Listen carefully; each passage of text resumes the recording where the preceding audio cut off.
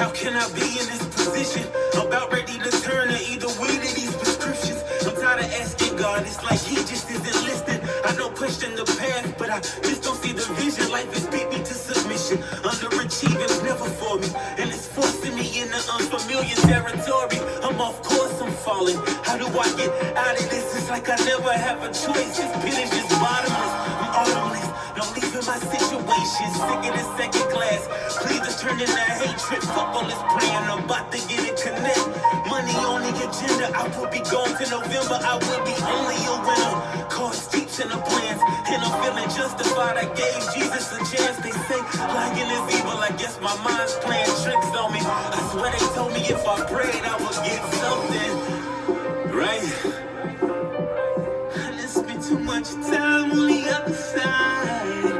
The devil's on my shoulder. Only I can love me now. Steady moving closer. And it's feeling like suicide. There ain't no turning back from this. Only God can judge me now. I'm standing on the edge and I'm quite pissed. They should've kept me locked up. I'm a flight risk. Big boy dreams. Stuck in reality. It's hard to be fly. On a blue collar salary. I'm up against the odds. Condition of the innocent. Potential of a king. The vision of an immigrant.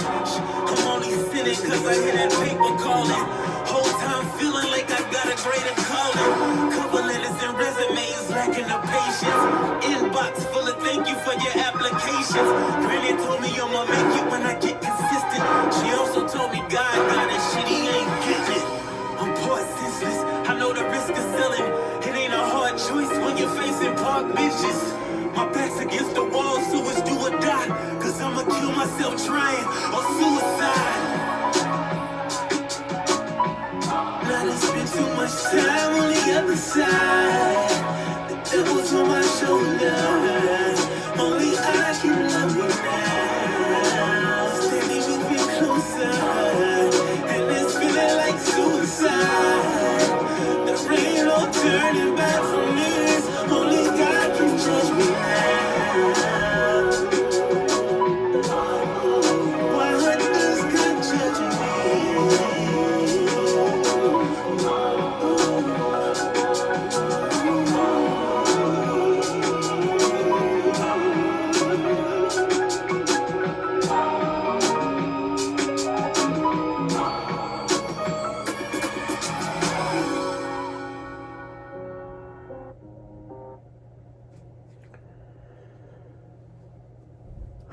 What's up, world? Well, I just wanted to get in here and talk to everybody, mainly the fellas though. Holidays are always a crazy time for our emotions, for our finances, for family. And we're closing out the holiday season with Valentine's Day here, and I just wanted to put out this video talking about our mental health, checking in with yourself, taking an inventory of yourself, and checking in with those that you care about, checking in with those that you may have lost touch with in the race or whatever. But if you find it in your heart to check on certain people, make sure they're doing all right, man, you should do that right about now, because like I said, things are crazy, and you never know what people are going through. You never know what people are thinking and dealing with. People show you a facade. They show you what they think is strong or what they think is admirable. But you never know what's hiding underneath. But before we do that, that was a song hot off the press by my boy Arian. Not sure what he goes by. I think it's Silk Ties, but as you can understand, the title of the song deals with the topic of, mental health. The struggle that we deal with on a day-to-day, just trying to live up to other people's expectations and trying to be the best that we can be to our own detriment. When you're already good enough. You're already enough for what's for you. You already have everything that you need inside you. There's no need to, be going all out or doing extra things outside of yourself in order to prove yourself worthy to someone else. So with that being said, I myself have dealt with, plenty of situations to where I've either thought about it or I've tried, actually tried to self-harm or, end my own life based off, someone not wanting me, feeling that I wasn't enough, or having low self-esteem, whatever the case may be. Like you say, just not feeling that I'm enough in this world. You look at you look at everyone around you, what you aspire to be. You look at the glitz and the glamour, and you may not even understand what these people had to do or what they go through in order to maintain what they have. And you don't even know if you want it. You just see it, and you think that's what you want. But you don't know what goes into it, and what comes with it. Because when you acquire those things, certain type of people come with that lifestyle. Certain type of predators come after those things, trying to acquire it the easy way.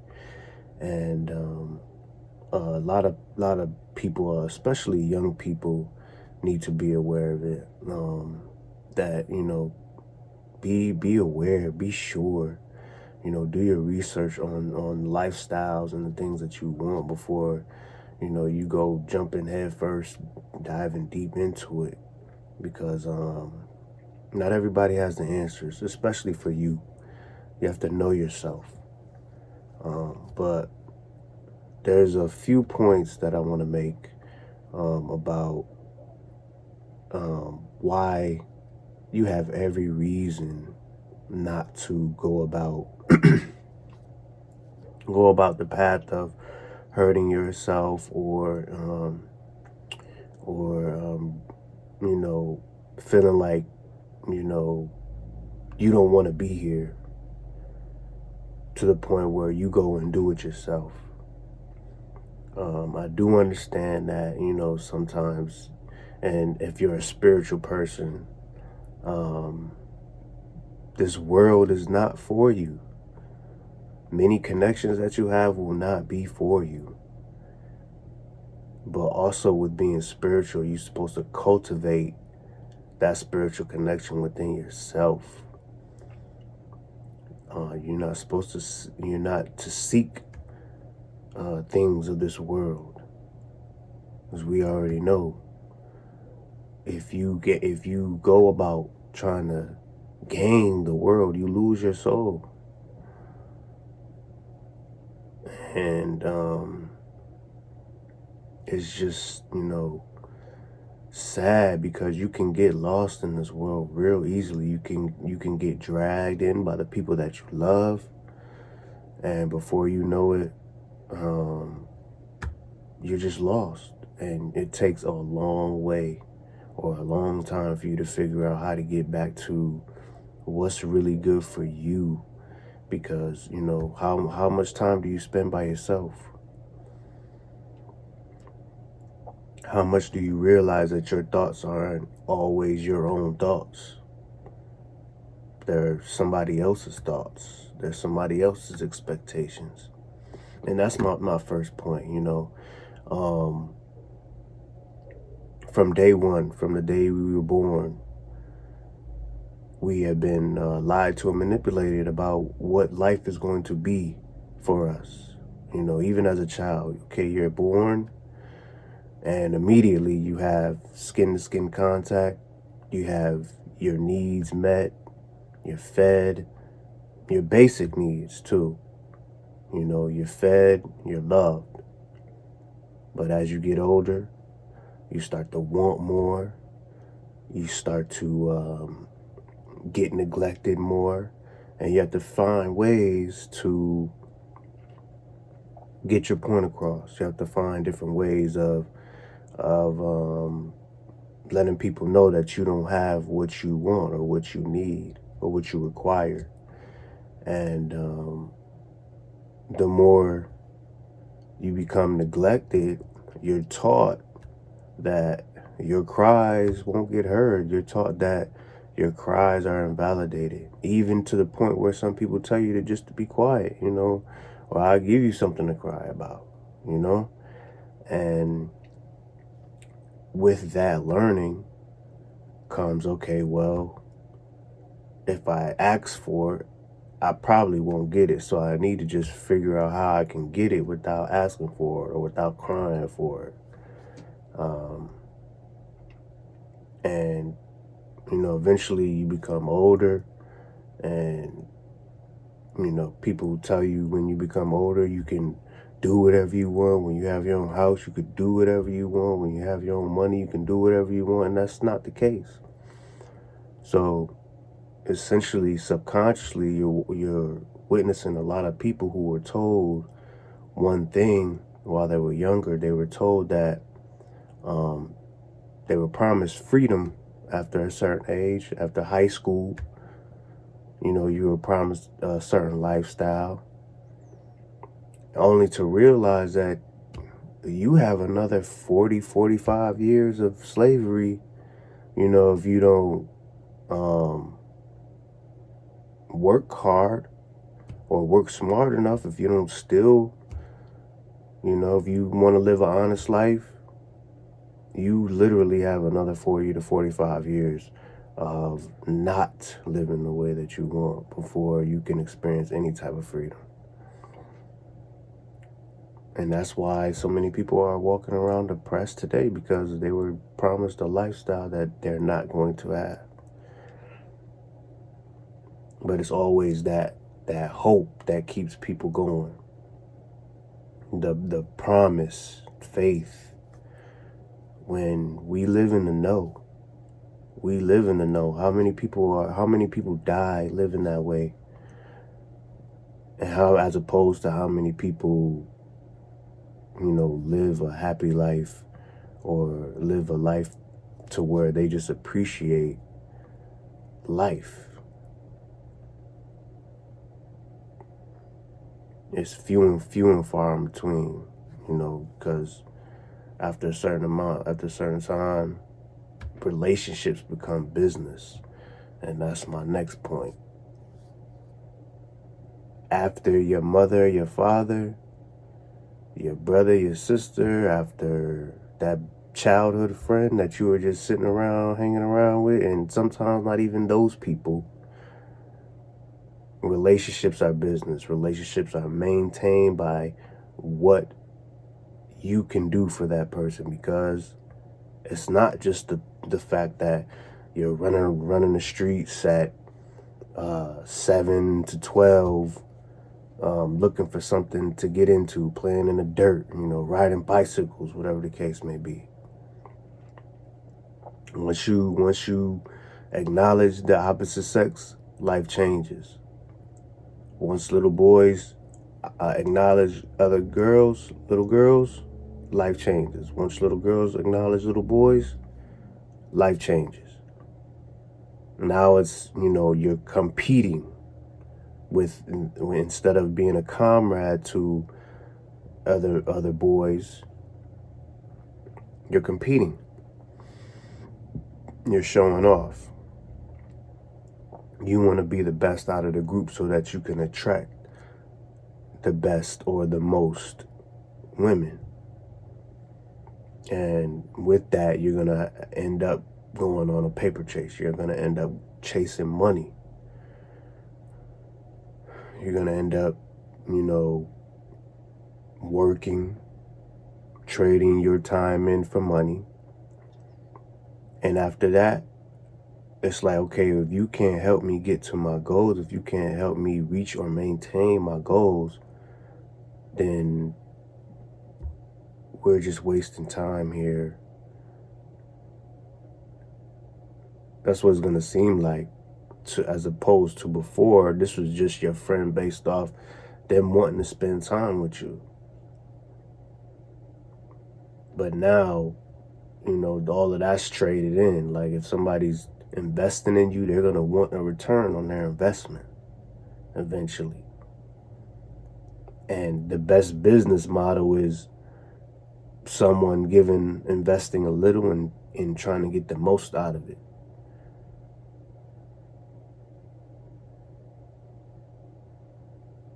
So, you have to understand that things do change and you have to do what's best for you.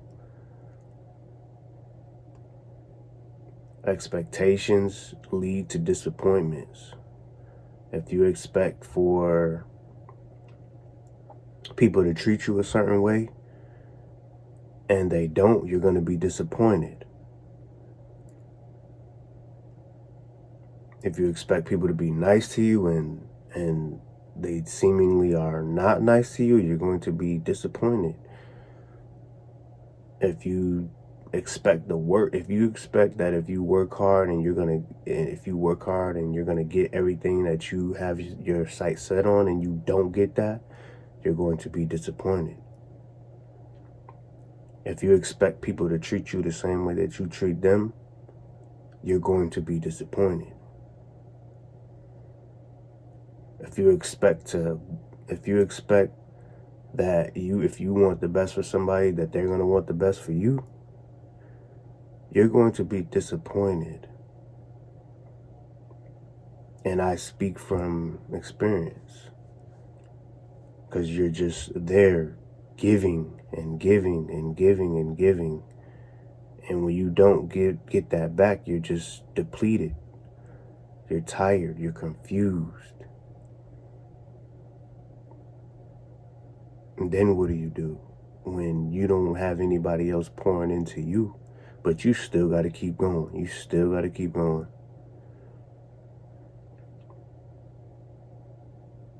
You're just like, man, forget this. Is this what life is all about? Is this the meaning of life? Is this really what we here to do? To fight, argue, be petty with each other, go back and forth, even though we claim to love one another, we claim to care about each other. It doesn't seem right. Not to me anyways. And, people tell you to man up, or, that's just the way life is. No, you have a choice, and you have to make that choice not to deal with that. You have to establish standards, and, you have to enforce your boundaries.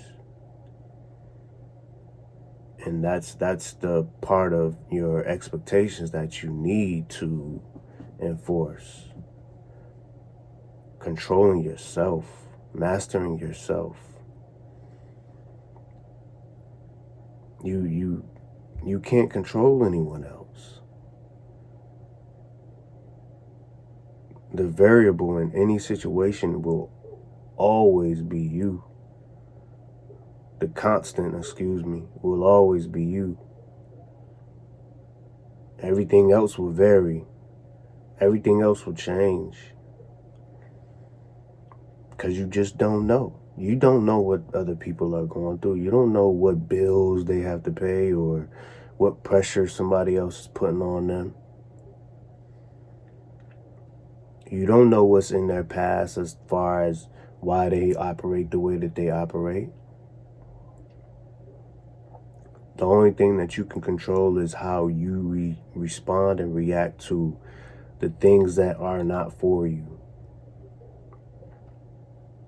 But never it should be to the point where you have so much emotion invested into a person or a situation to where you just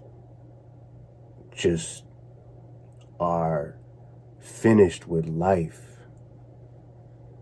There's so much more than this person. There's so much more than this day. There's so much more than this hour. There's so much more than this situation for you to experience.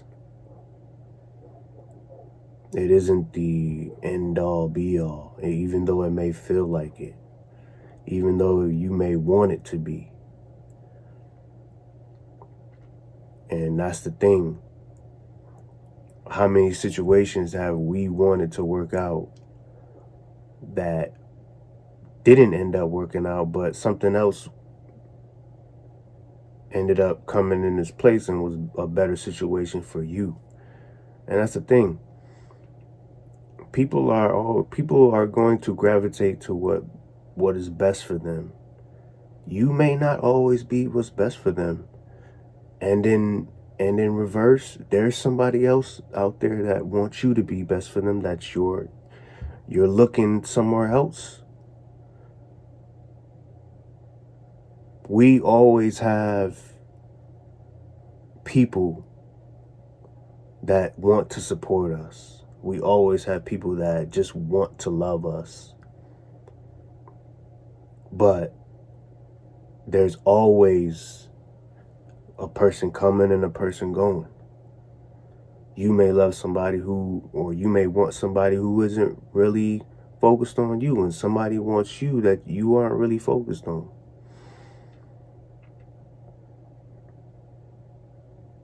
We have to take accountability of what's actually going on. Because a lot of us feel depleted because we don't access the resources that we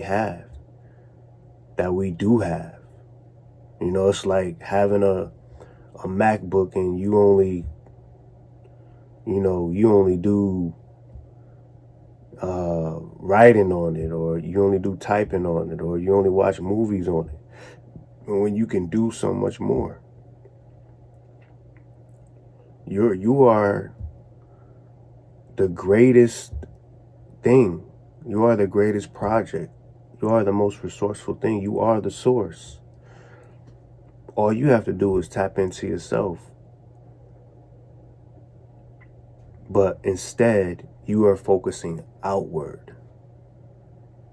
You're giving all your power away to somebody who's just going to take it and upgrade it.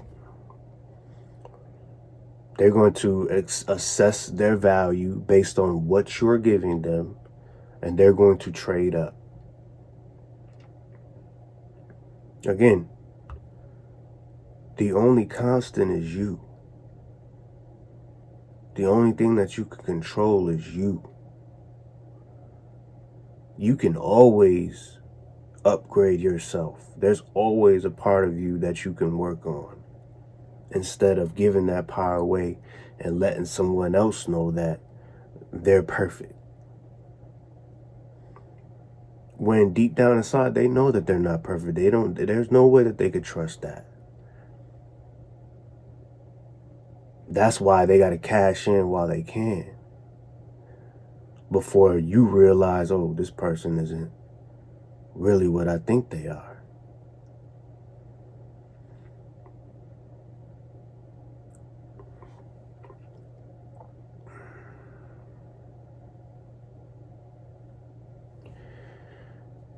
So again,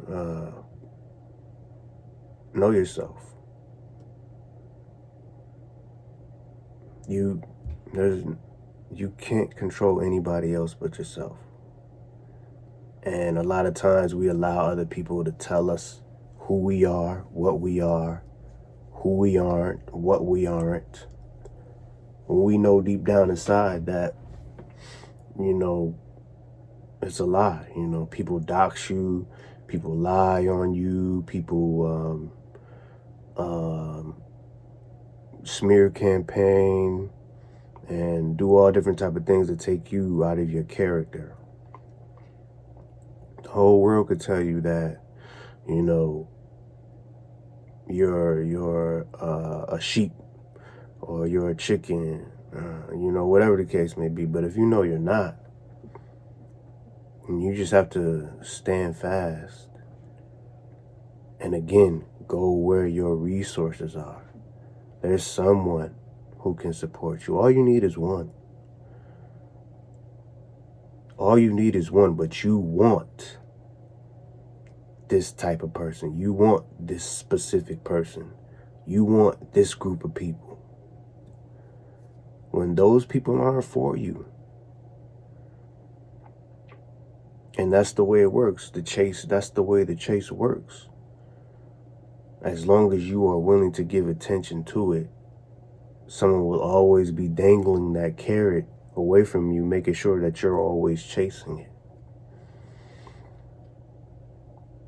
No one should be able to control your emotions more than you. Whoever angers you or whoever gets you to react is your master.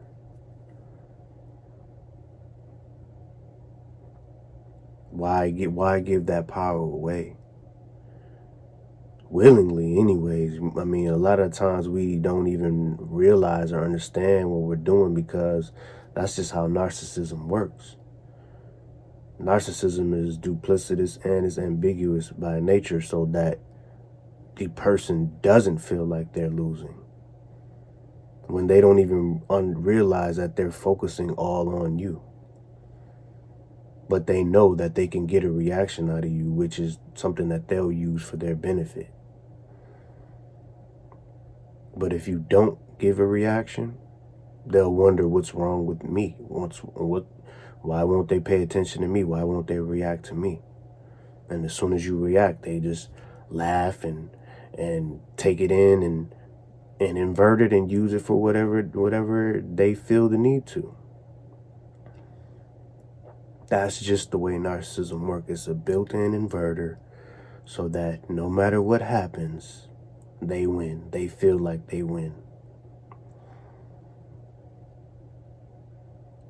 The only way to win is not play. And if you're going to play, you got to realize that if you're on the field to play, you got to compete. It shouldn't feel that way. It shouldn't have to be that way, especially when you feel like you're made to feel like these are your teammates.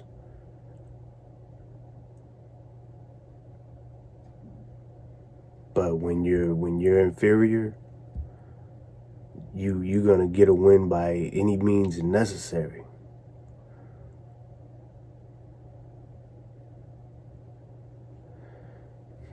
Next point. No one is exempt from life. No one is exempt. Everyone is going to have to deal with some type of hardship, some type of discomfort. Think about anybody who has anything. From Tyler Perry to Michael Jordan, Tom Brady. I mean, think about it. Dr. Dre. I mean, President Obama, Donald Trump. I mean, the people closest to you in life, everybody has gone through something. Everybody is going through something. You know, people say the worst things that you can imagine about those people. You know, and, you know, those people have been through their losses, from homeless to losing in the playoffs, to losing games, to injuries, to being, you know, shut down as far as your ideas, your thoughts, the things that you say, even though you hold the highest so-called highest position in the land. Presidents, what do? They campaign. They got to get donations. They got to make deals. They got to team up with people.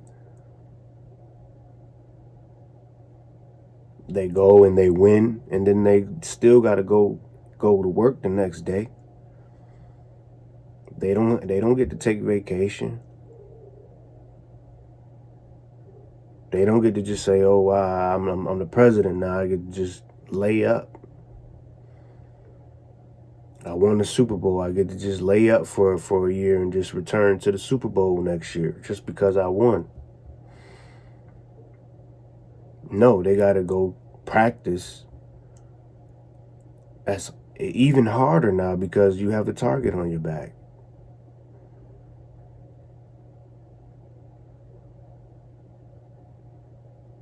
These people deal with divorces. They deal with extortions from family and business partners.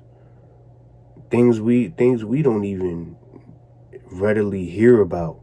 You have to do some digging and some research about these things in order to realize that, hey, wow, they went through that while going through a season, and either it was their worst season, or it was their best season, or it was just a regular season. Everybody deals with some type of situation or hardship. It's how you handle it. Again, relationships are business. Businesses are always finding ways to make a deal with other businesses. That's the only way they survive and thrive. And businesses either die on bad deals or they thrive on good deals. But it's all about who you're dealing with. And you have to pay it forward. You have to look out for other people as well. And with the hope that, you know, they'll play their part for you. And if not, then you have to have so many things in place that if one fails, if two fail, then you got this to come through. You got this to come through. There's a story out there about Donald Trump being, 500 million in the hole? How many times did he go bankrupt? And he's able to call one person on the phone and say, "Hey, I'm 500 in the hole. I need this," and boom. You know, Mike Vick, he was going through his situation, and T.I., you know, recognized him. You're just being a good friend. What do you need, man? I just need about 50K. T.I. sent him 75K. Like, these are things that we aren't privy, knowledge that we aren't privy to, but anybody that you see make it, they've had help. But they've applied themselves also. They didn't just get down, you know, and just start feeling sorry for themselves and expect for other people to be there or to do certain things for them. They applied themselves and they made themselves useful, because nobody's going to just give you 50K, 75K and expect for you to give them 50K or 75K back. That's not the way business works. At least if you giving somebody 75K, you expecting some type of favor in the future, some type of lookout in the future, 100K, 150K on the back end, stake in a business, something. And which is how it's supposed to be. That's business. But again, it all ties in. No one is exempt, which is a business term. No one is exempt. We all have to pay dues, and people think that just because you pay dues in a situation prior that you don't have to pay dues in a new situation, but you have to pay dues in every situation regardless of who you are, what your name says. But especially if your name doesn't ring bells, or if this person doesn't know who you are, you have to reestablish yourself. But if you constantly have to reestablish yourself with people and they're steady disrespecting you or downplaying you or invalidating you, then these are not your people. You have to use discernment, and you have to know when to walk away before you get depleted or before you get dragged or drained. That's the difference. Even back when businesses were receiving bailouts compared to other businesses that went out of business. Nobody cares about those businesses that went out of business. But the businesses that were able to bring value to those in Congress, they got the bailouts. They made the deals. That's the only difference. That's just the way the stock market goes. It will help you make money if you can add some benefit. Today might not be your day, but in a week, in a year, we may have some use for you. But you just gotta learn how to keep it going until you can get right. Learn how to scale back, fall back. Reduce your operation, reduce your wants, reduce your needs. Operate on the lowest possible frequency until, you can come back up again.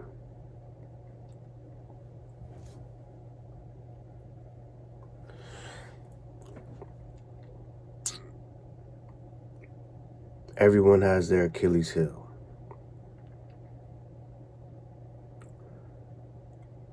Now, we're all human, so, some of us might have 3 or 4, sets of Achilles heel. But everyone has their Achilles heel, whether, it's the beautiful woman who, has low self-esteem.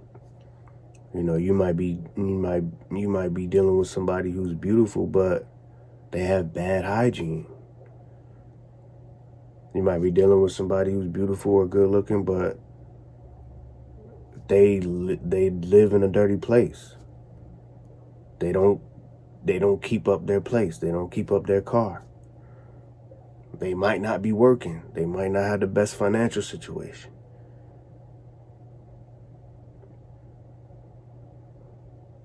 You might be dealing with somebody who might have a good financial situation, but they might not have the best hygiene. They may be, so-called big boned or whatever the case may be, but they're aka unhealthy.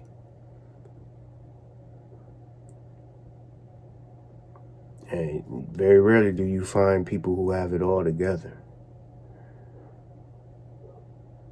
Perfect example, me, you know what I'm saying?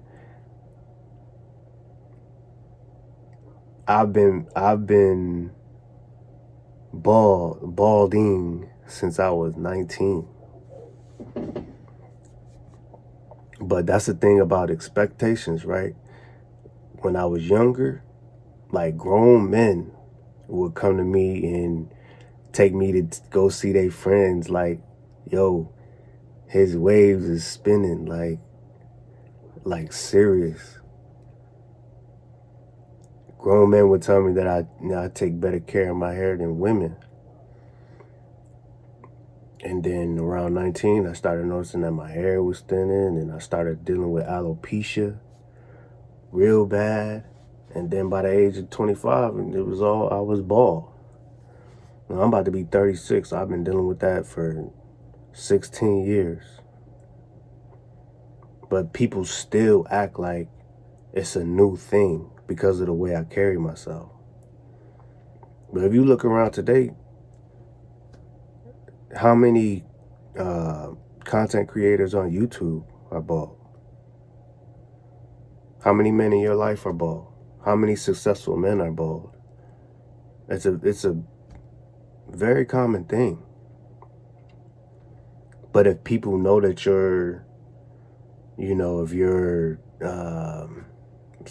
conscious about it, self-conscious, or whatever the case may be about it, they're gonna use that to try to get to you, to try to downplay and invalidate you. Imagine somebody, imagine Mayweather or Michael Jordan going a couple days without cutting their hair, and then somebody sneaking and taking a pic of it and posting it on social media. Like, who cares? They're still successful. And most of the world will know that whoever did that was just being petty and just looking for any reason to talk down on them. And that's just the case with anybody in their Achilles heel. But again, that speaks to the discomfort in that person, because healthy people in healthy relationships, they magnify your good qualities. They magnify the good things about you. They don't exploit your weaknesses. They protect you. And again, that's the difference between a good deal and a bad deal. If someone is constantly invalidating you and you have to constantly keep proving yourself and trying to validate yourself to this person, then that's not someone that you need to be involved with in a serious manner. Because they're just going to keep dangling that carrot ain't knowing that that's what you want. You want that validation. And that's the only thing that they have controlling the relationship.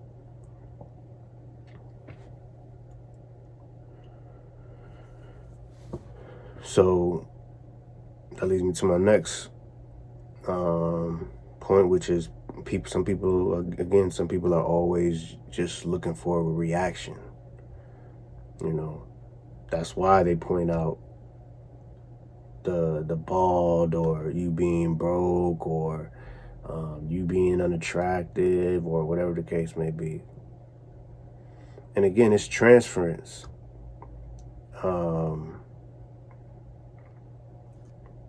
People are going to mirror the things that they've been through. They're going to mirror the ways that they've been dealt with. That's why it's important for you to be a good example. And if people aren't operating off your example, then you need to separate yourself.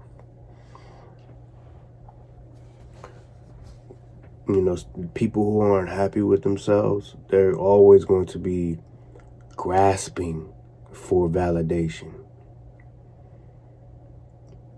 That's why people can recognize it with you. That's why they're going to keep dangling that carrot. They'll breadcrumb you. People will go as far as they need to get you to latch on. They'll even give you money. They'll pay for things. They'll give you a place to stay. They will pay to play you. But it won't be long before you realize that it comes with a consequence. This is why it's important for you to know yourself and always have an outlet. Always have an outlet. Always, make sure that you have access to your reliable resources. Make sure that you're reciprocating, because we do lose out on good business when you don't reciprocate or appreciate your patrons, your customers, those who are giving you attention, showing you love, and you're just taking what they give you and giving it to somebody else. Because those people too are doing it for acknowledgement. They recognize you.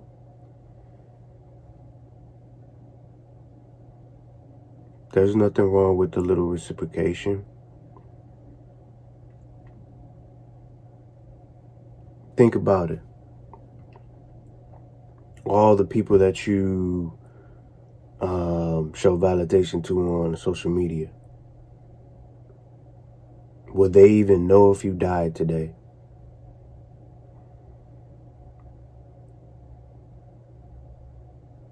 Would they even recognize your comment without a super chat? How would they ever know what you're going through when they don't even follow you?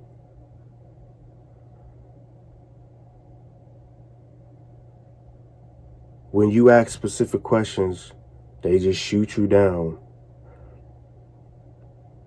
I wrote a whole book on this. I wrote a whole course on this. That's not what I'm asking you about. That's not what I'm referring to. That isn't specific to me. And I may not even have the funds to go and purchase your product. But I can interact with you right here, right now. But these are the people we steady chase after. We call them up and wait in line to speak to these people. And they just treat you like a number. These are the people who've crafted and created their own lives based on the attention that other people have given them. Which is what you need to do. Which is going to take me to my next point. You are the creator. You are the master of your own destiny. Like I said, relationships are business. And if relationships are business, then you're a business. So what's your ideal work schedule? As opposed to, like I said, the perfect business model. How many hours do you want to work for somebody, as opposed to how many hours do you want somebody working for you? Every employer would love to get a free hour of work out of their employees, let alone 24. And every employee would love to milk the clock for 30 minutes, an hour, 2 hours, as much as they can. But it's integrity and, fear of repercussion that keeps people honest and keeps them not taking what doesn't belong to them. But you get to create your own schedule. If people can't pay you, you don't work for them. And if you can't afford to have people milking your clock, if you can only afford to pay this person for 1 hour of service, then you hire them for an hour and you make sure you get everything out of that hour. And you get to write your own schedule. You get to write your own service contracts. You get to write it all up from scratch. That's exactly where we are today. You see these call-in shows? Like I said, you got people waiting to talk to certain people. I got to get to the next person. Hurry up, I got to get to the next person. It's no different than waiting in line for, fast food. People literally sit in line for junk food. But they want to regulate what you do, when you do it, who you do it with. No matter where you are, because you haven't set that boundary. And then they guilt you through fear, obligation, or guilt.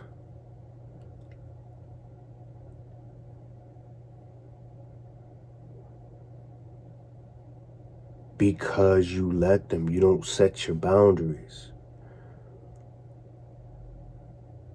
When a person wants a job, they adhere to the guidelines of the job, right? When that job, sets the time for an interview, you have to be on time. Nobody goes to a job and says, I want to interview on this date. I want you to take me out to this restaurant. And oh, by the way, you got to pay for it.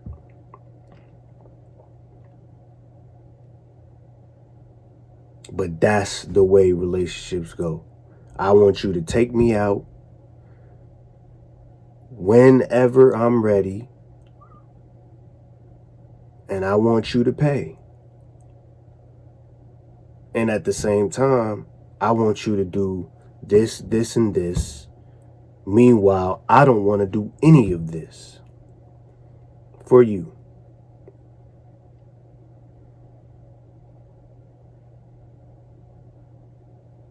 We have to literally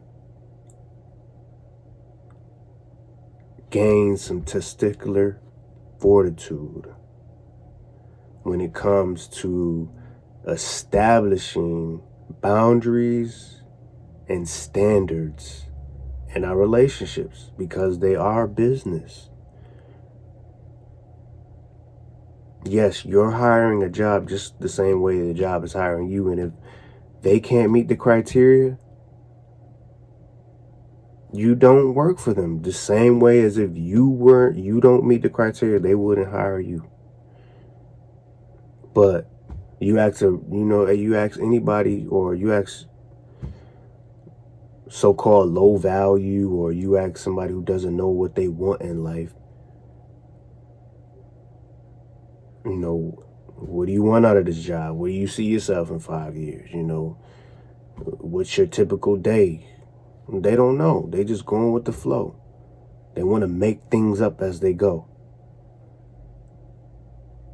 One second they happy to have a job, next minute they talking junk about the job behind his back, or even while on the job. They want to sit on the phone all day. You ask them to do that, that's not in my job description. Okay, so now at the beginning, we get to write out everything that's in your job description. We get to write out your schedule. Anything outside of that, I get to bring somebody else in here who wants to do either the same thing on a different time schedule, or, does something totally different.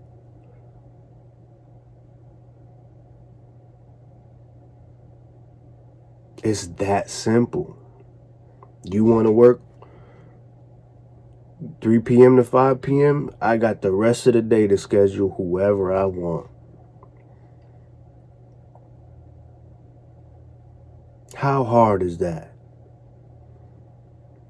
Every business in this world does it. Successful businesses have how many employees?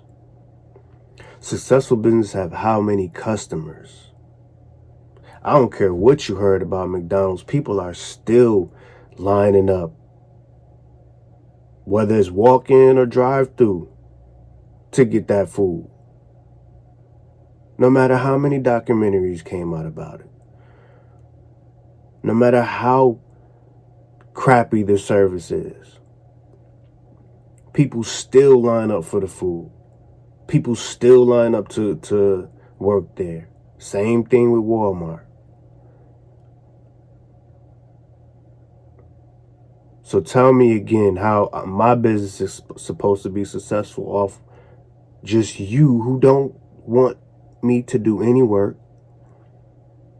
or who don't want to do any work for me, excuse me, and you don't want others to work for me as well. How are we supposed to prosper that way? With you being selfish because you saw something in me that you liked. How does that make sense?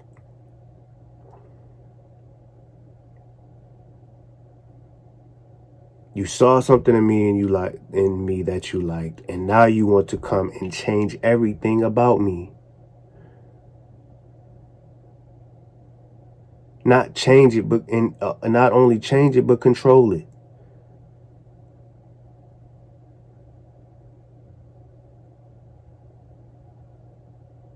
How does that make sense? It goes both ways too. Men do it to women and women do it to men. And tell me that doesn't scream insecure. And all I say, insecurity is, you're just dealing with the wrong person.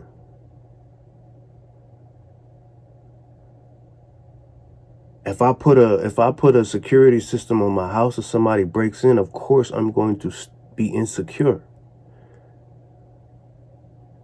This person is supposed to be your security system, alongside from what you have. So if your alarm is going off inside you, something ain't right.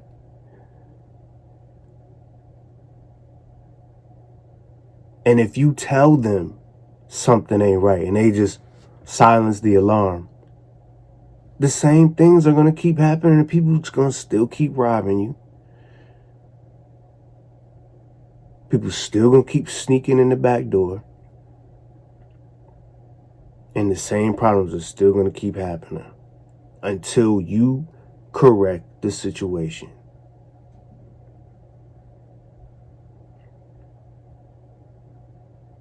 Which doesn't include taking yourself out. Remove yourself from the situation, but don't take yourself out. Because I tell you what, people die every day. Whether it's physically, metaphysically, figuratively, or literally. But the worst thing is having to mourn somebody who's very much still alive, but they are dead to you figuratively. Why? They don't respect you. They take you for granted. They invalidate you. They downplay you. They devalue you.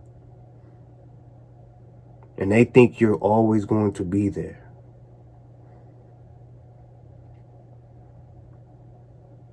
We don't speak ill of the dead. We hold a ceremony in our head for them. Run through all the memories. Run through all the times they had you messed up. You salute. You shed a tear maybe. Damn, she died too young. Damn, he died too young.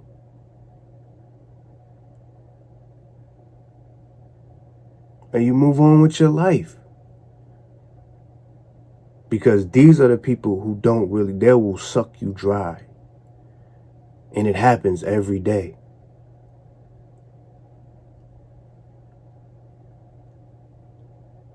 And there's nothing worse than that, because people like to get you to a place where you're fully committed to them, and then they show you who they truly are. They show you that they don't really care about you. That's why you have to always use discernment. I say this is a check-in because you have to check your surroundings. Check your relationships. They're all on leases. Nothing in this world lasts forever, especially in the flesh. But it's the circumstances of life. People have bills. You never know what bills people have. You know what offers are being presented to them. You have a big government out here who can pay anybody to do anything to you. Watch you, spy on you, get information on you, make sure you don't go here and do this, make sure you don't go there and do that.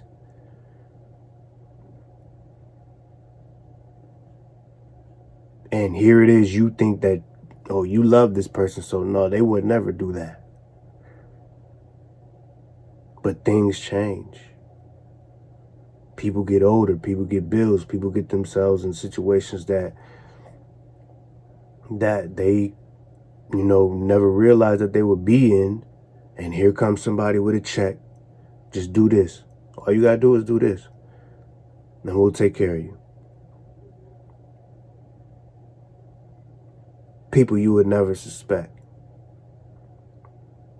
But that's why you have to check in and be aware of your surroundings. Energy signatures, spiritual signatures never lie. Timing is everything. People act the same way across the board.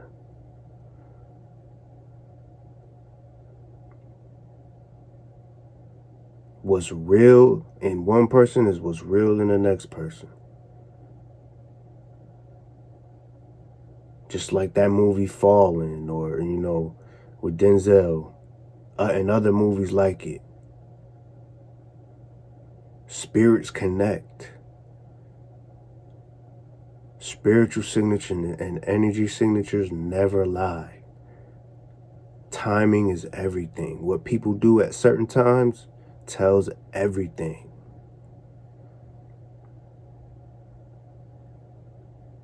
And this is 2021. People got all different type of ways to watch you and monitor you, keep track of you.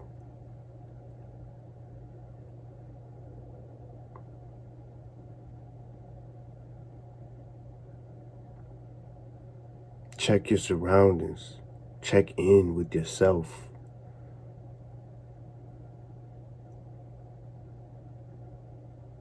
Don't be naive.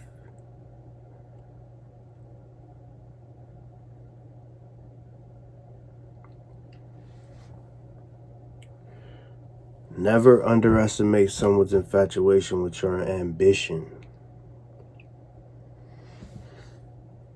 because of their failure, or because of their propensity to one-up you, so they don't feel like a failure. It goes on both ways. You have older people who always do that to younger people. Tell them, oh, they're never going to be anything, they're never going to do anything, they're never going to do this. But these are the same people who said, oh, I'm going to write a book, I'm going to write a song, I'm going to travel the world, I'm going to have all these things. And then you turn around, and they have never done any of it. Why?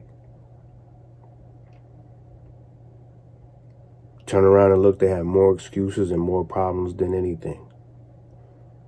And then on the flip side, it's just like when you driving in traffic and you got your GPS up, and a turn is coming up or exit is coming up, and somebody shoots across you. That's not just happening for no reason. This person was watching you the whole time.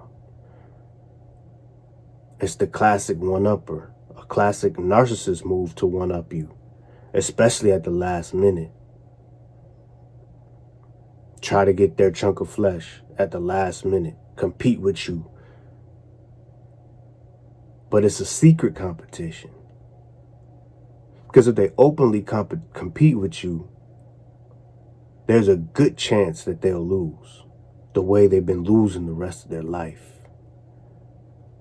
So now they compete with you in their head and try to make you feel like they're better than you, when they've already recognized your greatness for even wanting to compete with you in the first place. The only person who doesn't realize it is you. The person who wants to hurt themselves. Or the person who may want to hurt other people without understanding that you are the prize. You are the acquired target for a reason. Which brings me to my next point. When you want to harm yourself in a civil war, when you want to take yourself out in a civil war, you do all the work for this person. We have so many wars. We have the race war, the gender war, the pay wars, the class wars. All these subtle little things going on that promote or encourage competition, when all certain people want to do is just live, and you just living is your way of winning anyway. When you just live your life the way you want to live it, you are seemingly winning, because you're making the best of a regular situation. You're not doing anything special, but you look back at all your pictures. Were you in the best situations? Were you in the best clothes? Were you in the best house? Best cars? No, but some of those pictures you look good. Some of those pictures you look happy. And it wasn't always the best situation, but people want to discourage you from being happy if it's not the best. People literally want you to discourage you from not being happy because you're not doing as good as them, supposedly, when they're focused on you. Like, who are these people? Are they being paid to get you to act a certain way?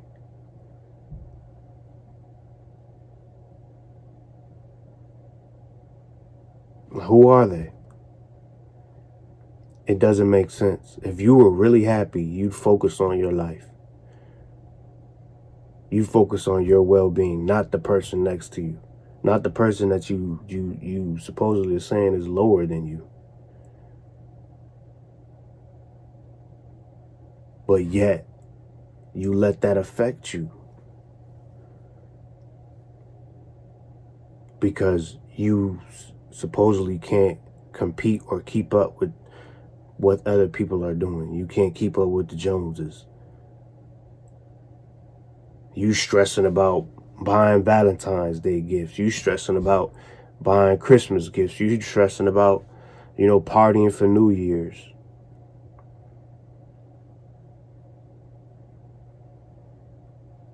When these are the people who are here to so-called motivate you to do more and do better. But when you know yourself, you know what's you, you know what's not you. You know you don't need those things, and if they don't agree with that, then let them go find what they want. Let them go find what works for them. But nobody should be dragging you. And then at the same time, knowing that you don't want to do this or you don't want to do that, and they invalidate you. Making you go against yourself, doubt yourself, question yourself, because you don't want to do what the next person wants to do.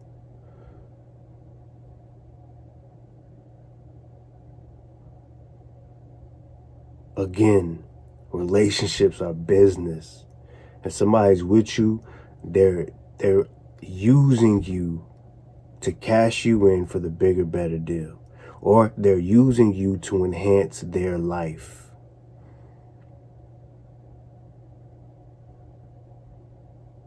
Unless you set the standard, you set the schedule, you set the requirements, the restrictions, it's just going to be made up as you go. And you're going to be confused as to what it is on a daily basis, because things can change. Who knows what you're going to go into work and get when you don't have a set schedule? Well, it might be this today. It might be nothing.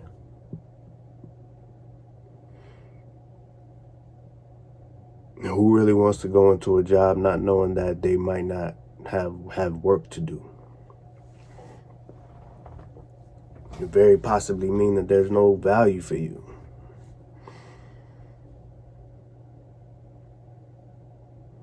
I mean, you have plenty of reasons, man, to be here and thrive, to want to thrive, to want to do better, to experience a better life.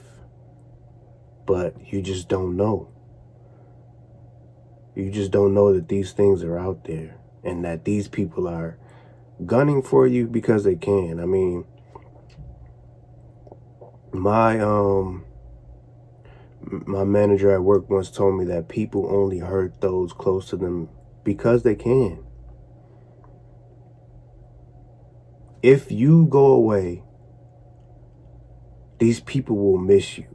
They will want you back because that's what you were there for. And people are sadistic this way. They derive some pleasure out of causing others pain. But it's not a game that you need to be a part of. Once you figure out that it's like that, and it'll be damned if you do, damned if you don't. So why not just don't?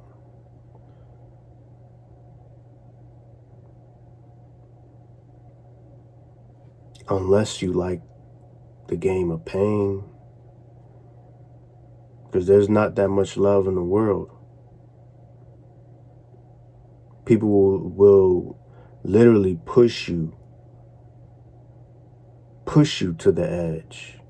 Leave you with no other choice other to fight back or jump. And if you jump, they'll say you jumped.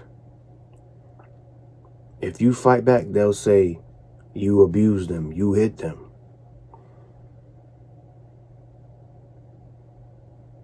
You let them push you into a corner.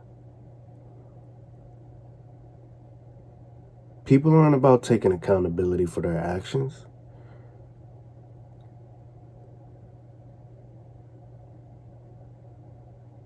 You have to stand up for yourself.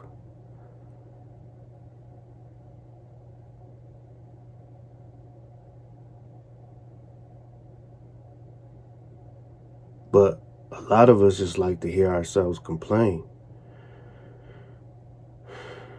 A lot of us just like to hear ourselves want to be validated, and we want to be heard.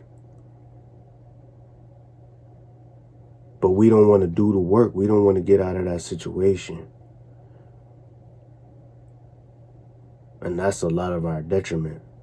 Because after a while, it's just going to get to a point where there's no turning back. You're just in too deep. You got too much emotion invested into that situation. And now you feel like you got to do something drastic. I've been on both sides. Whether it's wanting to hurt myself or wanting to hurt the other person. That's not a good feeling. Especially when it's somebody that you care about, or a situation that you care about, or kids are involved, money's involved.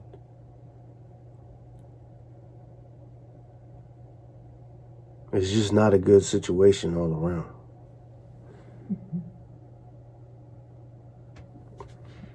And that's the thing, like, if you just live,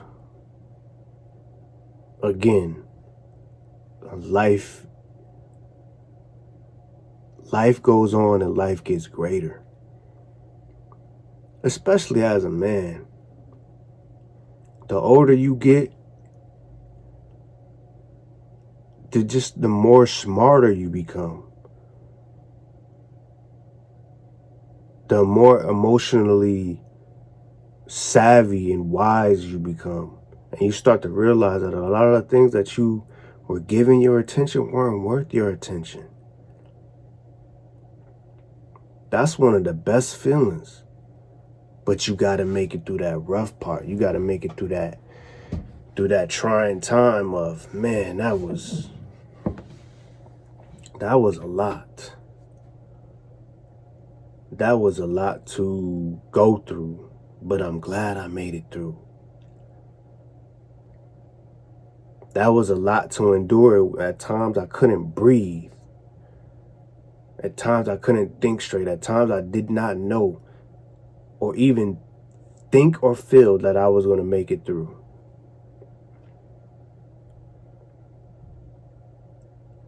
But you make it through and you're able to laugh.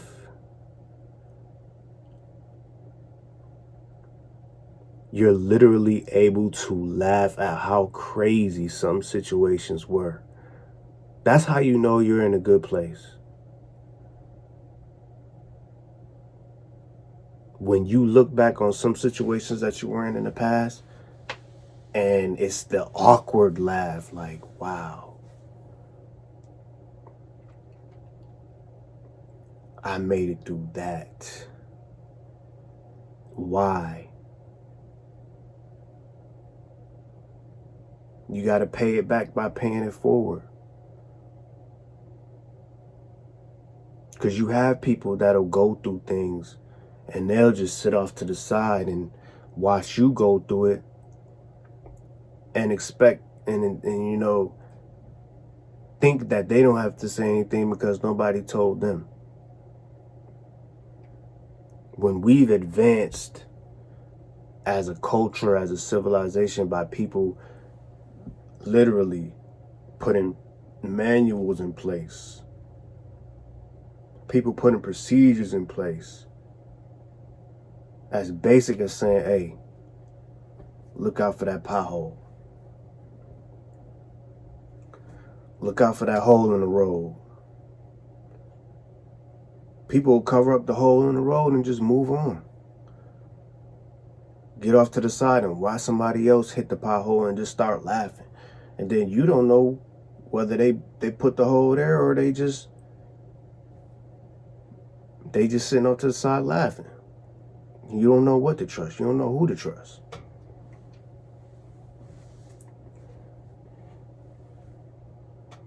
So that's why it's important to have these talks and these realizations, because you don't know who might not know. Some people, they want to figure out on their own. Other people, thank you, man. Thank you for letting me know. Some people want to learn on their own, but there's always a benefit in having the option of, hey, if this didn't work out the way you planned for it to work out, here's another option. Try it this way. Go this route.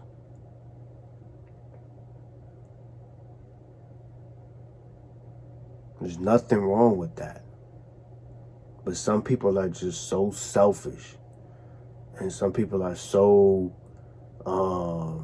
spiteful and vindictive that they had to go through certain things, without help or without guidance. They had wasted their time and wasted their emotions and their energy,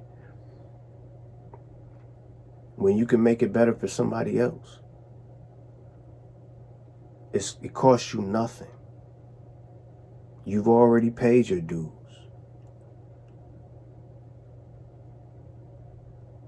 If people don't want to listen, cool. After that, it's not on you.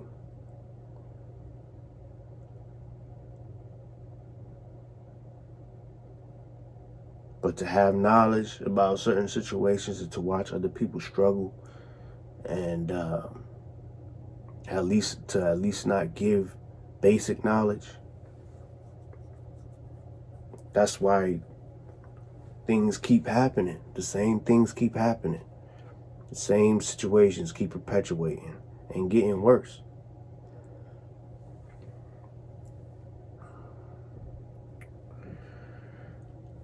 I know a lot of people take divorce and breakups like the end-all be-all. I know. I don't think the Bible said that marriage was forever. As a matter of fact, I know a couple of verses that speak on divorce for specific reasons. Ecclesiasticus 25:26. If she go not as thou wouldest have her, cut her off from thy flesh, and give her a bill of divorce, and send her on her way. Let her go.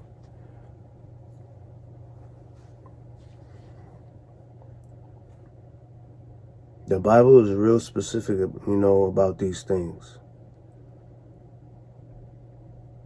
Everybody tries to preach this, this pseudo stuff about marriages being forever, or, love is all this and love is all that. There's one thing that the Bible is real specific on. It's about order and obedience.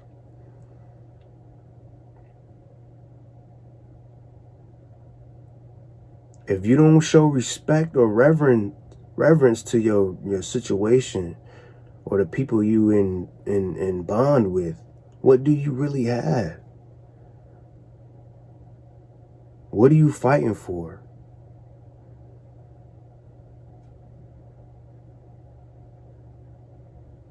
Another verse that speaks on divorce is Deuteronomy 24,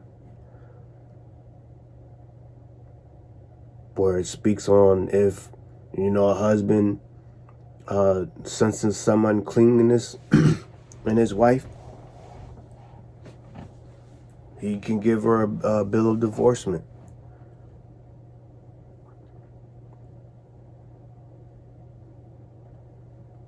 And it goes a step further. When she leaves your house, or when she leaves that first husband's house, she can be remarried.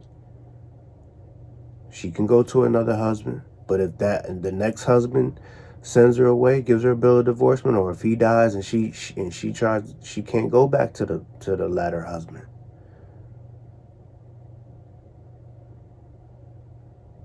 So again, you should never take a woman back.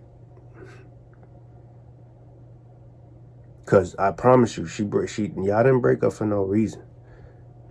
And there's no way that she didn't go to the next man once y'all broke up. Not in this day. Cause 10 times out of 10 it was another man in the way anyways. Never take an ex back. That is an abomination before the Lord. After that, she is defiled. Per Deuteronomy 24:4. And look, I'm not religious, but I am spiritual. And it's adding biblical context, because in relationships, who do you get your knowledge from? Who's your baseline? Who's your example?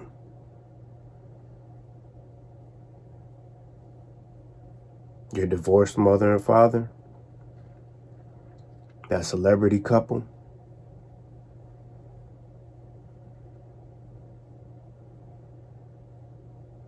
What's the baseline? Somebody on YouTube?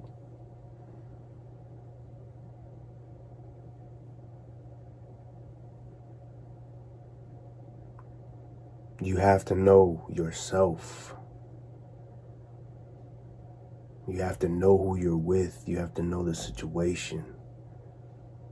People can give you guidelines. People can tell you what to watch out for. But they're only operating from what's best for them, based on what they've been through. Which may sound like a contradiction, but to me, I wouldn't take someone back at this point in my life. Because it's not about how you see it, it's how they see you. It's the respect or the lack thereof that they have for you, knowing that they're able to just go about and do anything and then come back to you.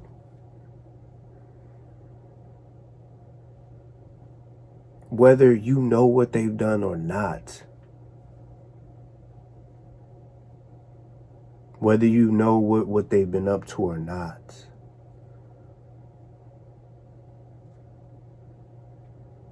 but that's just me, man.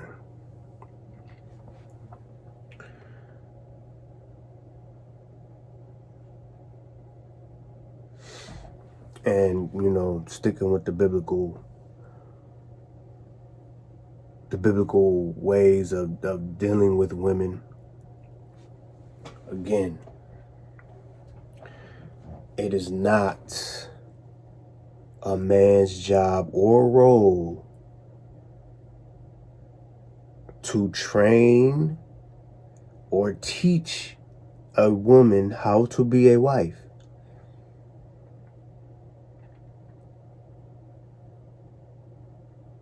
That job was solely her father's.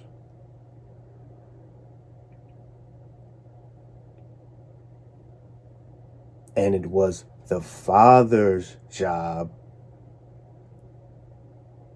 to give his daughter away to a worthy man.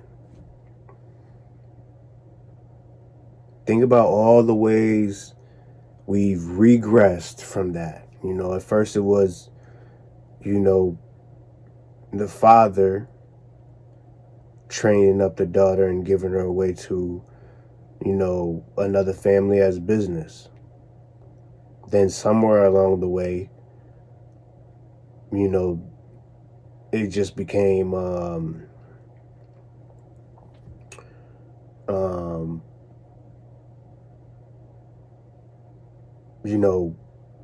if the woman got pregnant, it was just automatic that they got married. Then what? The daughter got the pick, and then what would you do? You came home and you talked to the father and you begged for his blessing. And then now it's just like, oh, well, I just hope she don't pick somebody wrong. But it just still goes back to the father, because the father still pay for the wedding, right? And we still want to downplay the father's role when he has so much responsibility. Biblical context, it's all throughout Deuteronomy, but Proverbs 31, main key. It does not say that he who makes, he who creates, he who trains a wife. What does it say? He who finds a wife.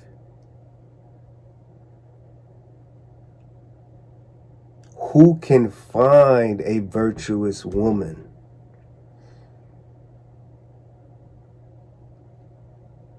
She is already who she is when you meet her.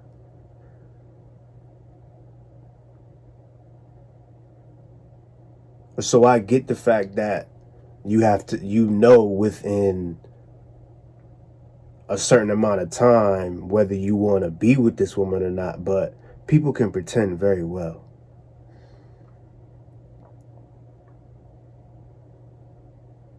And when I say people, I mean women. They can pretend very well. As a man, speaking as a man. And we can overlook signs, we can give people the benefit of the doubt, but just think about that saying. Who benefits from the doubt?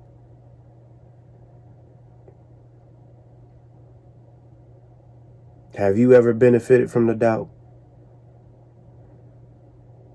The other person has always benefited from the doubt.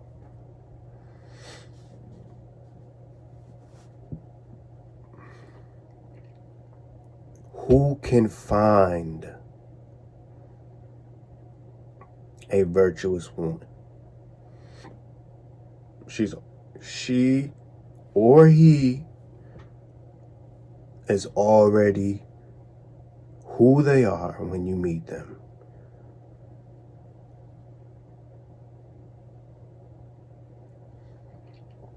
Ecclesiasticus 7:24-26. Hast thou daughters? Have a care of their body, and shew not thyself cheerful toward them. Marry thy daughter, and so shalt thou have performed a weighty matter. But give her to a man of understanding. Hast thou a wife after thy mind? Forsake her not, but give not thyself over to a light woman.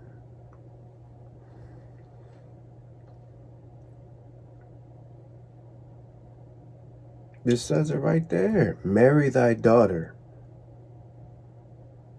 and you will have performed a weighty matter. Meaning it's not easy. It's not easy.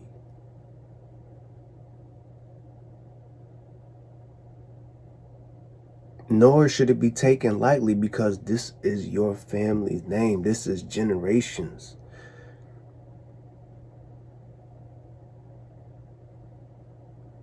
This is serious stuff.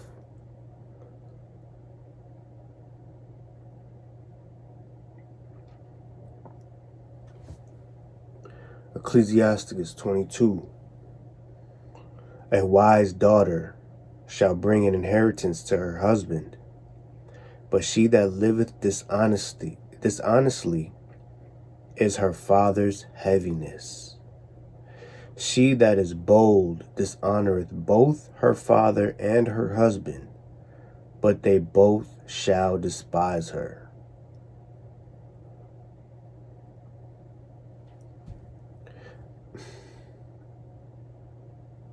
Ecclesiasticus 22, 4-5.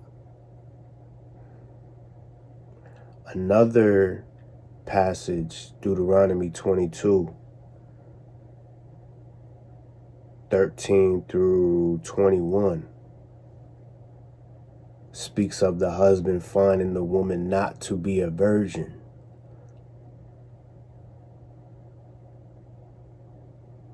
And it's the father's job to go down into the town to the councilmen and plead with them.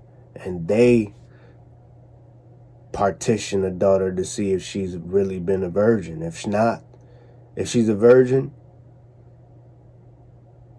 and the husband is just off his rocker or whatever the case, they chastise him.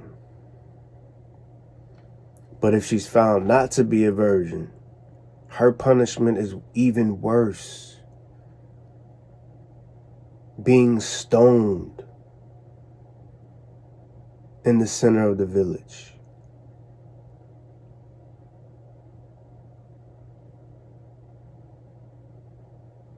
For being a whore in her father's house.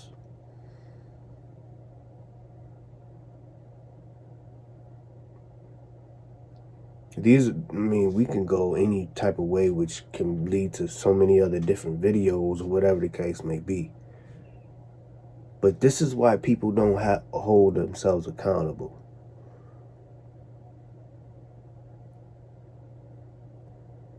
What we're dealing with today is biblical. Relationships are biblical.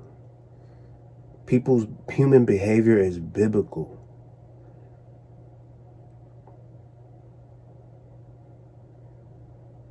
That's why knowing yourself is going to be your ultimate weapon for discernment.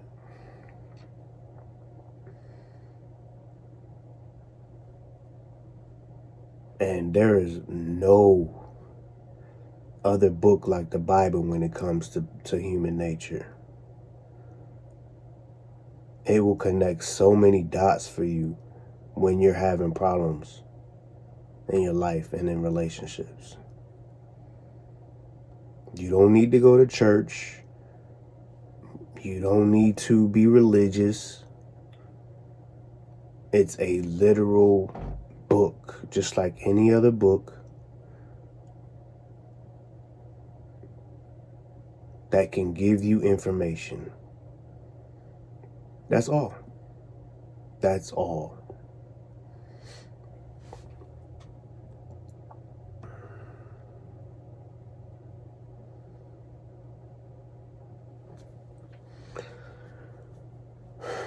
So,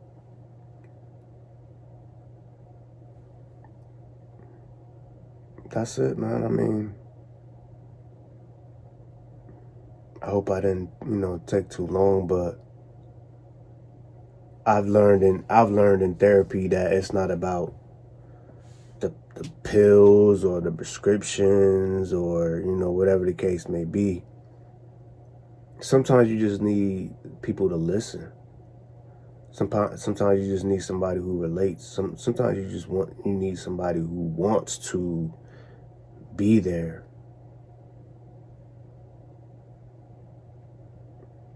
Because, it's just taboo. It's taboo, and a lot of people don't know where to go or who to talk to, especially when they feeling low like that. Now, I don't even like making these videos. I don't even like, putting things out like that because,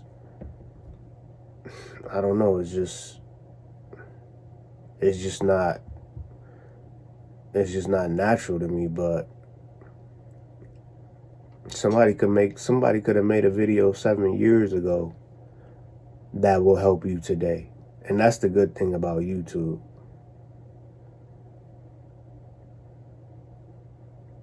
You could literally be going through something today and not know where to go for it, not know who to call, who to talk to, and you look it up on YouTube somehow, some way, and you can get help with it.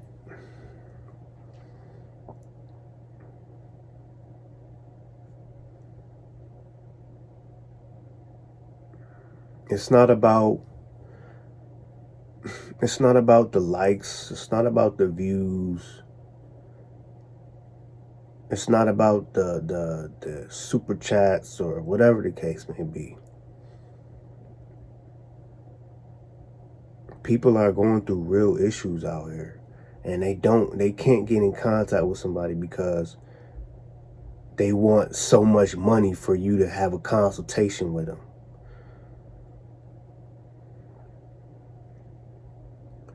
People can't find certain content because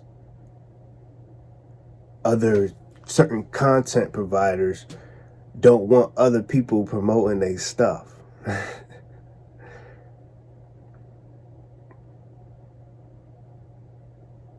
Which is silly, but they say it's a business. What's the business? Who you in it for?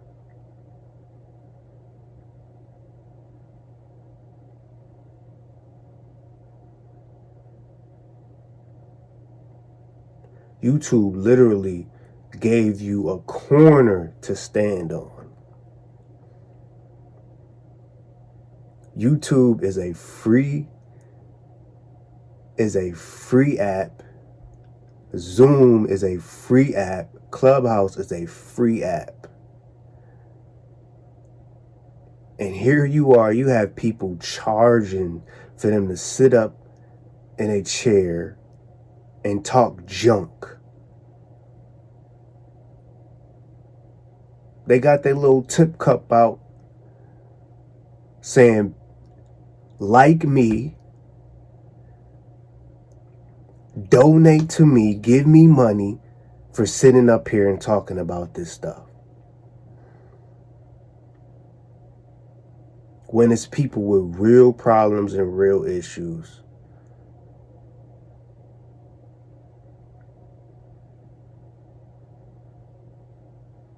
That they would never know about because you got to pay to talk to them. You got to go find them. They ain't coming out and look for you. When you follow them, they not following you back. They would never know what you was going through. They would never know if you had an issue.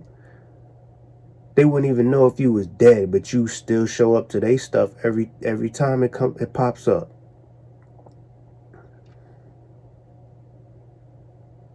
And they get to convince you that they care.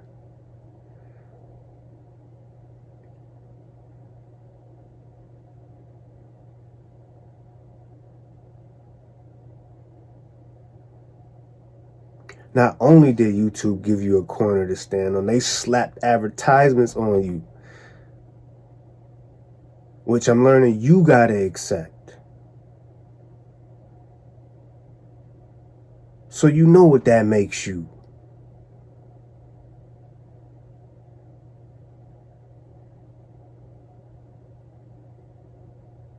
Please, please stop it. Like, please. Because I really don't want to have to go there. But this video is getting away from the true, the true reason behind it, which is, preventing people from feeling like they don't have anybody to talk to, anywhere to go, They feeling like they got to do something drastic. They got to do something desperate. Because they're not living up to certain standards or high values, when it's perfectly okay to be yourself, and it's perfectly okay to surround yourself with people who value you for who you are, not for what the world says is this or that, which totally goes against Christian values.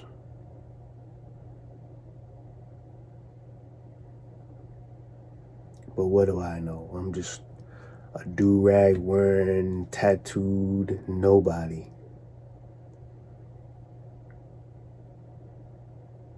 So please, man, I'm not the type of person, or I'm not that dude to say like, subscribe, comment. Why I gotta tell you to like? Why I gotta tell you to like a video that you already like? Why I'ma stop a video when people are watching and paying just because enough people not liking it, when I get 180 views on it and only getting 14,000 likes on it? You might as well play that song the whole damn video.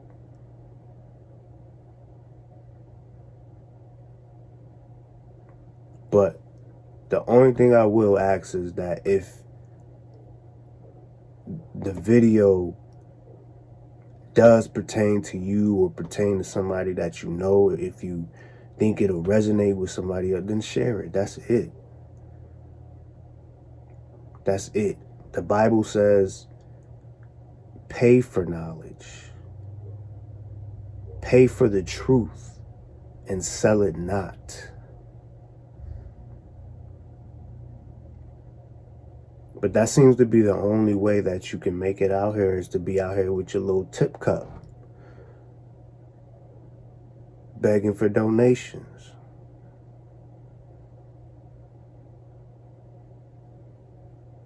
That's what we not gonna do.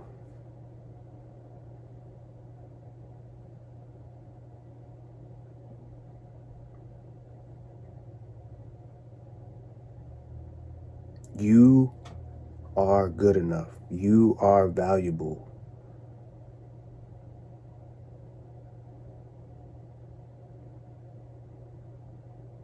And regardless of what you're going through right now, things will get greater later. Just don't give up on yourself.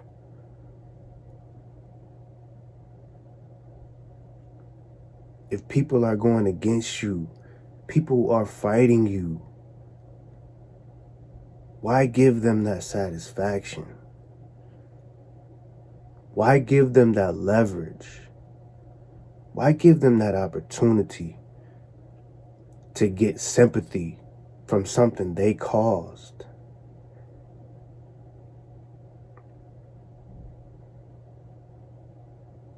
If you're being indoctrinated from day one,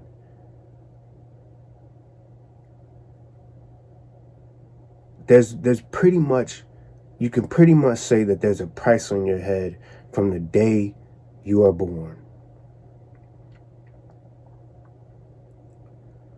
And what people get from that is the value that you provide.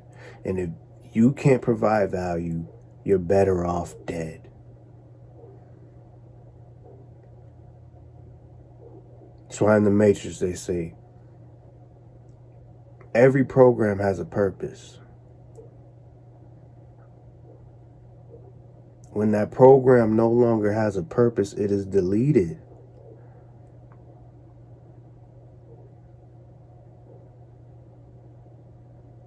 Every man has to find his purpose.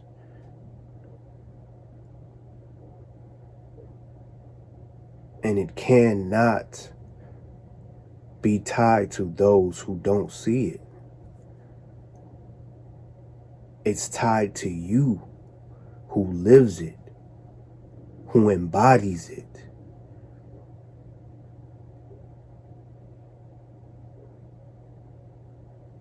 Your own children who may not understand your purpose or recognize your purpose or appreciate your purpose, but somebody else's child may appreciate your purpose, recognize your purpose.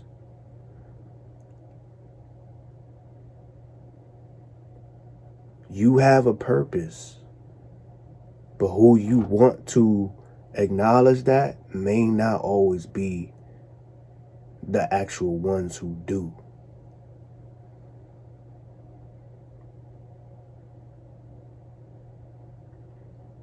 With that being said, man, I'm gonna go ahead and end the video.